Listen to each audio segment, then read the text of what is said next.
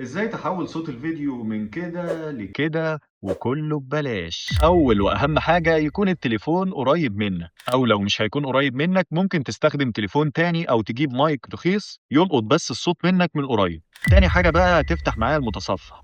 هنفتح المتصفح ونكتب اسم الموقع ده.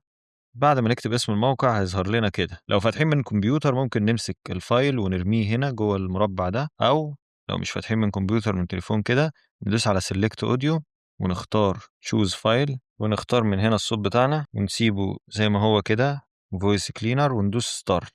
اول ما تدوس ستارت هيجيب لك كرييت اكونت، تخش بجوجل عادي، انا عندي داخل بجوجل، تختار الاكونت جوجل بتاعك هتلاقيه فتح معاك عادي. اتعامل بقى، اعمل نفس الخطوات اللي احنا عملناها مرة تانية.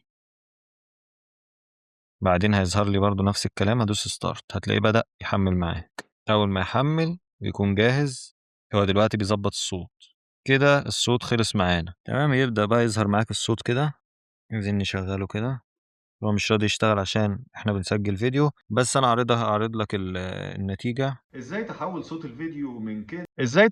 الفيديو من لو عايز بقى تنزل الصوت اللي انت عملته ده، يفضل ان انت تنزل تاني ملف ده اللي هو MP3 وتدوس على كلمة داونلود دي اهي، تروح ضاغط داونلود تلاقيه نزل معاك. هو بس المشكلة الوحيدة انه ممكن يكون تلاقي فيه جملة في الاول وجملة في الاخر باسم الموقع، تقدر تمسحها في مونتاج. لو بتمنتج على اي برنامج تقدر تقص الجملة دي كده، يكون معاك صوت نقي وزي العسل. يلا يا عم ابسط.